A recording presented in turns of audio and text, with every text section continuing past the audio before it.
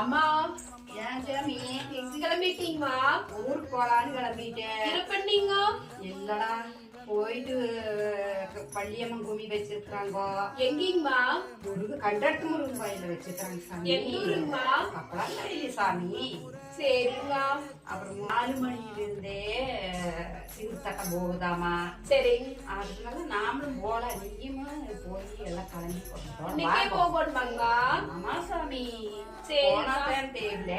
சரிங்க போலாம். நாம அப்புறம் எடுத்து போலாம். போ சரிங்க நேரமே வாங்க. சரிங்க நேரமே வாருங்க.